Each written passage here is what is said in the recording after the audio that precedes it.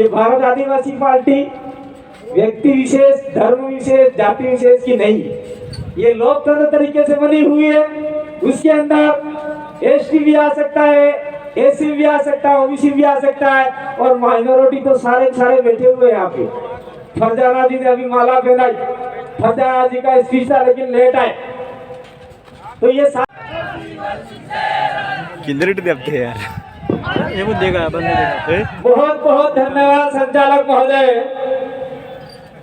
थोड़ा सा मैं बोलूंगा तो तुतलाहट होगी, क्योंकि मैं अभी पूरी तरीके से ठीक नहीं हुआ हूँ, तो तुतलाहट था तभी हम जानते नहीं कि अशोक गहलोत बोले, एक आदिवासी बोल रहा है, और हमारे एक नेता डूंगरपुर के भी तुतलाहट बोलते, वो भी मत समझना ये नेता है लंबा चौड़ाई। तो कांग्रेस बीजेपी ने क्या सोचा था, पंचायती राज चुनाव के अंदर और थावरचंद के डामर के चुनाव के अंदर कि कांतिभाई आदिवासी और ये टीम लौट के नहीं आएगी, ऐसा गलत। जब तक आपको तोड़ेंगे नहीं तब तक छोड़ेंगे नहीं। तोड़ना किसको पता है? कांग्रेस और बीजेपी को तोड़ना है, और जोड़ना किसको? जो लोग कांग्रेस और बीजेपी में जा रहे हैं, अपने घर को तोड़ रहे हैं, उनको अपने साथ में जोड़ना है। क्या आप लोग जोड़ने का काम करोगे? बहुत बहुत धन्यवाद। एक दूसरी बात और कहना चाहता हूँ, मैं सभी जगह कहता हूँ, दुश्मन लोग काटते क्रियाओं में कहते थे एक तो दातुरेजू, मेरे भाई के लिए जगदीश के लिए बोलते थे एक तो दातुरेजू ने एक ठहाका करे ऐसा बोलते थे। लेकिन मैं आपकी दुआओं का, आपने भी दुआ की कांतिभाई जिंदा रहना चाहिए, प्रदेश के लिए, हमारे लिए, हमारी आवाज के लिए जिंदा रहना चाहिए। तो आपने दुआ की, मैं आपका नमन करना चाहता हूँ। मैं जिंदा हूँ और आपके अंतिम कतरे के लिए लड़ाई लड़ूंगा, चाहे मुझे मौत भी आ जाए, पुलिस की गोलियों से मुझे खून की दे दिया जाए, लेकिन आपकी आवाज बनके हम लोग आगे तक की लड़ाई लड़ेंगे। इसलिए आपको घबराना नहीं है। इसलिए मैं हर कार्यक्रम में कहता हूँ टाइगर अभी जिंदा है, टाइगर अभी जिंदा है। अपने सिद्धरू जीतू है, सिद्धरू ने है, पर फिर भी मैं उनको डराने के लिए कहता हूँ। मैं धन्यवाद देना चाहता हूँ। मैं कहता हूँ कि ये जो कार्यक्रम हुआ, भैया मेरे 7 मिनट है लेकिन 10 मिनट कर देना, ठीक है? ये जो कार्यक्रम हुआ उसके लिए ये बीच बीच में हमारे हेमाराम जी बैठे हुए कि कांतिभाई अरे हम कल कैसे आवे, ये टोल ना केवल पैसे मांगेंगे। मैंने कहा जब जब प्रदेश की धरती पे आए हो, वीडियो मैंने जारी किया, आपसे कोई टोल नहीं लेगा। मैंने वीडियो जारी करके फेंक दिया, और मैं कहना चाहता हूँ जिस जिस इलाके से आप लोग निकल के आए हो वहाँ पे 1 भी रुपया नहीं लिया। ये ताकत है हमारी। मेरा बोला कि कोई लेटर नहीं निकलेगा, हमारी आवाज ही हमारा आदेश है, हमारा ऑर्डर है, तो हमारी आवाज को ही आदेश ऑर्डर मान लिया जाता है। साथियों, अब आते हैं हम मेन बात पर। मैं कुछ बातें लेके आया था कि आज तक हम लोग लड़ाई लड़ते हैं किसी बात को लेके, सारे इकट्ठे होते हैं, कलेक्टर जाते हैं, एसडीएम जाते हैं, और हमारी बातों को कलेक्टर एसडीएम आगे भेजता ही नहीं है, फाड़ के फेंक देता है, और वो मात्र सड़क तक ही रह जाती है। इसीलिए हमें भारत आदिवासी पार्टी के मार्फत से, भारत आदिवासी पार्टी के मार्फत से राजस्थान में जिस प्रकार से हमने 2 विधायक भेजे, उसी प्रकार से गुजरात में 27 विधायकों में से 10-15 विधायक भेजते होंगे। गुजरात में 27 विधायक अपने लिए रिजर्व है आदिवासियों के लिए, 27 विधायक में से 10 को कम से कम वोट भेजते होंगे। मध्य प्रदेश में ऊपर लोग बैठे हुए 46 विधायक रिजर्व है आदिवासियों के लिए। वो जो गए हैं वो सारे गुलाम है, अपने लिए कोई नहीं बोलता।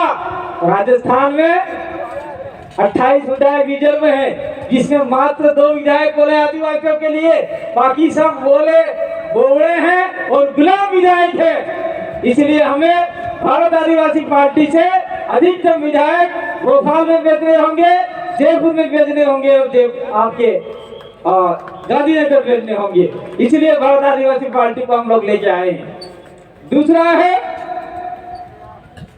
जल जंगल जमीन और खनिज तमार गेर मोरे काकरा बाटा है हेता भारत बेला खुदरी नहीं किया।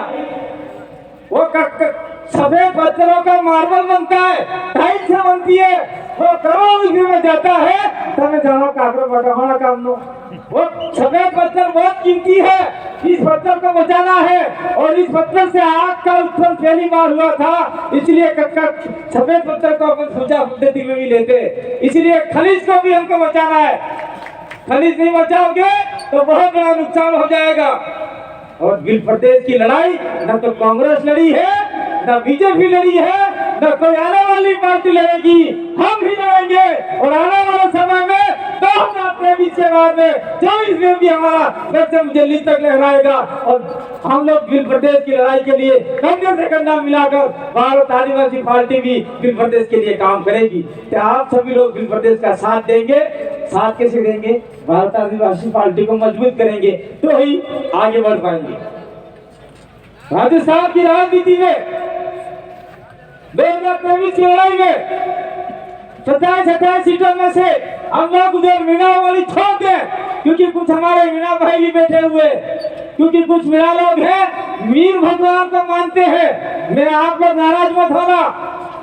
मीर भगवान किसका अवतार है? कोई मीणा हमको बताए? मीर भगवान 10 अवतार माना गया है हिंदू धर्म के अनुसार। तो आप तो धर्म में डूबे हुए हो, आदिवासी को बचाने का काम नहीं कर रहे हो। तो उस इलाके में मुझे नहीं लगता कि धीरे धीरे हम लोग आगे बढ़ेंगे, क्योंकि ऐसे वक्ता हमारे साथ में डॉक्टर जितेंद्र मीणा जैसे और मेहर जैसे लोग हमारे साथ में आए हुए, तो ये लोग वहां पर भी अलग जगाएंगे। और 8 सीटें हैं, उन 8 सीटों में हम लोग 23 के बाद में फिर से लहराएंगे। ये बात हम लोग कहना चाहते हैं। तो अगर मान लीजिए 17 में से हम लोग कुछ सीटें और भी हैं जो प्रभावित होती है, 25 सीटें, 25 में से हम लोग लड़ाते हैं, 15-16 सीट जीत जाते हैं, तो मुख्यमंत्री तो छोड़ दीजिए, लेकिन मुख्यमंत्री कौन बनेगा वो डिसाइड करने का पावर आदिवासियों के हाथ में होगा। ये हाथ में लेना चाहते नहीं चाहते आप लोग। अशोक गहलोत बनेगा, अशोक गहलोत उठ बैठ उठ बैठ, ये ताकत आपके पास में होगी। वसुंधरा राजे आ गई तो वसुंधरा राजे उठ जा बैठ जा, उठ जा बैठ जा, या मत आना, ये पावर आपके हाथ में होगी। यही पावर हम आपको देना चाहते हैं। यही पावर अगर आपने ले ली तो निश्चित रूप से आपका विधायक दिल्ली जाएगा। अच्छा, आपका एमएलए दिल्ली है, आपका एमएलए जयपुर जाएगा और एमपी दिल्ली जाएगा। मैं ज्यादा बात नहीं करना चाहता क्योंकि सर भी काम नहीं करता। संसद की 47 सीटें हैं, 47-46 सीटें आपने एमपी बनी। एक भी एमपी आदिवासियों के लिए नहीं बोला,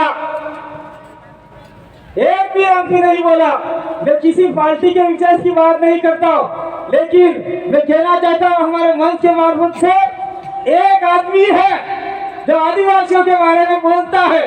वो कौन है? चाहे कैसे भी हो, हम उसका समर्थक नहीं करते, लेकिन हमने उसका वीडियो देखा है। असरुद्दीन ओवैसी, असरुद्दीन ओवैसी वो आदिवासियों के दुश्मन नहीं है। उन्होंने बोला कि भारत का आदिवासी देश का मालिक है। कौन सा आदिवासी वहां जाके बोला? एक मुसलमान सांसद आदिवासियों के लिए बोल रहा है। आदिवासी और मुसलमान की लड़ाई कभी नहीं है, ये धार्मिक लड़ाई लड़ाई जा रही है। इस लड़ाई को हमको समझना होगा। मुस्लिमों के साथ में हमारी कतई लड़ाई नहीं है। ये आपका मैं लोकल मुद्दा बता रहा हूँ। हमारे बीच में सलीम भाई बैठे हुए, उनको हमने जिला प्रमुख के लिए दावेदार बनाया था। कांग्रेस और कमल कांग्रेस ने मिलकर सलीम भाई को हरा दिया। तो ये कितनी बड़ी मूर्खता है उन लोगों की। और हमारे लोग आज भी कांग्रेस बीजेपी कर रहे हैं। कांग्रेस बीजेपी छोड़ेंगे नहीं तो आने वाले समय में हमारे बच्चे कटोरा लगे भीख मांगेंगे भाई। तो ये भीख नहीं मंगवानी है हमको। हमारे समाज को मजबूत करना है। और दूसरी बात मैं इस मंच के मार्फत से कहना चाहता हूँ कि भारत आदिवासी पार्टी व्यक्ति विशेष, धर्म विशेष, जाति विशेष की नहीं, ये लोकतंत्र तरीके से बनी हुई है। उसके अंदर एसटी भी आ सकता है, एसी भी आ सकता है, ओबीसी भी आ सकता है, और माइनॉरिटी तो सारे सारे बैठे हुए हैं यहाँ पे। फरजाना जी ने अभी माला पहनाई, फरजाना जी का स्पीच था लेकिन लेट आए। तो ये सारे लोग, जो भी मैं कहना चाहता हूँ, जो लड़ाई लड़ाना चाहते हैं भाषणा में, जो आपके मुसलमान है, जो इस इलाके में आपके बिल प्रदेश में जितने मुसलमान है, अगर आदिवासी के साथ में कंधा से कंधा मिलाकर चलोगे तो निश्चित रूप से आपके साथ में कोई अत्याचार सोचना चाहता ही होगा। ये हम लोग यहाँ से वादा करना चाहते हैं। एसी को भी कहना चाहते हैं कि आपको घोड़े से उधर आ जाता है, मटके से पानी पीते हैं तो आप लोगों को मारा जाता है। निश्चित रूप से आप लोग हमारे साथ में रहोगे तो आप लोगों को भी हम लोग शोषण अत्याचार से मुक्त कराएंगे, आजादी दिलाएंगे। और ओबीसी को क्या आरक्षण है इस इलाके में? मैं ओबीसी के लिए कहना चाहता हूँ, आप लोगों की वजह से ही सब नुकसान हो रहा है। इस इलाके में ओबीसी को कोई प्रावधान नहीं है। अगर आप लोग हमारे साथ में कंधे से कंधा मिला के चले तो संविधान के अंदर जितना भी राइट्स दे रखा है उसको हम लोग इम्प्लीमेंट कराने का काम करेंगे। हमारे एकमात्र विधायक राजकुमार रोड जी ने ओबीसी के लिए बोला, ओबीसी अन्य पिछड़ा वर्ग के लिए। और मैं अंत में ज्यादा समय नहीं लूंगा क्योंकि आप तफी हो जाए मन को तो प्रोफाइल जीव लागे, तो विचार वक्ता बीजा है बोला वाला, सबकी बात सुन के जाना और कसम खा के जाना। जितने भी लोग आए हैं अपने पूर्वजों की कसम खा के जाना, अपने मतदारों ने कसम खाई जा दो, जरा जरा मानो और सम खाई जा दो। आज तक की मार घेर माते कांग्रेस बीजेपी नो झंडो नहीं लागे, लगा कसम खा हम सागर हत्या कराने करता वाला ओढ़े गला उड़िया। कांग्रेस बीजेपी का झंडा मेरे घर पे नहीं होना चाहिए। ये कसम आप लोगों ने खाई है और ये कसम खाने के बाद में अगर आपने लगाया तो तुम्हें जाना हो थवानु है। और मैं कहना चाहता हूँ, मैं सभी जगह प्रचार में आया कि नहीं आया, क्योंकि चुनाव बहुत नजदीक आ गए हैं। सभी जगह प्रचार में आए कि नहीं आए, मैं कहना चाहता हूँ पहली बात तो कांग्रेस बीजेपी को अपने गांव में घुसने ही मत दो, और घुस जाते हैं तो दो जेब में झंडे रखा करो, एक कांग्रेस का बीजेपी का। बीजेपी को यार बोलना हम बीजेपी ना भाई, लाओ हरम लाओ पैसा खाई करो भाई, जो वोट डालो लेके वैसे कांग्रेस वाला फिर झंडा काढ़ के आ रहे लाओ भाई वो कांग्रेस ना लाओ है ने तो ये आना पैसा उनके पैसे नहीं है, वो पैसे आपके विकास के पैसे, लेकिन ऐसा भी नहीं करना है। लेकिन कर सकते हो, आपकी मर्जी हम लोग बांधने वाले नहीं है। तो आपने हमारी बात को सुना, मैं आपके बीच में प्रकृति की दुआ से, आपकी प्रार्थना से आपके बीच में जिंदा वापस लौट के आया। इसीलिए एक बार पूरा आपको दो हाथ जोड़कर नमन करता हूँ, धरती माँ को नमन करता हूँ, आपको नमन करता हूँ। आपकी ताकत थी जो मुझे मौत के मुंह से बाहर निकाल के लाई, और इस मौत के मुंह से बाहर निकाल के लाई तो निश्चित रूप से मैं आपके लिए लड़ूंगा, आपके लिए मरूंगा, लेकिन पीछे नहीं हटूंगा। बहुत बहुत धन्यवाद। आवाज जोहार, धन्यवाद। जय आदिवासी, जय विद्यार्थी।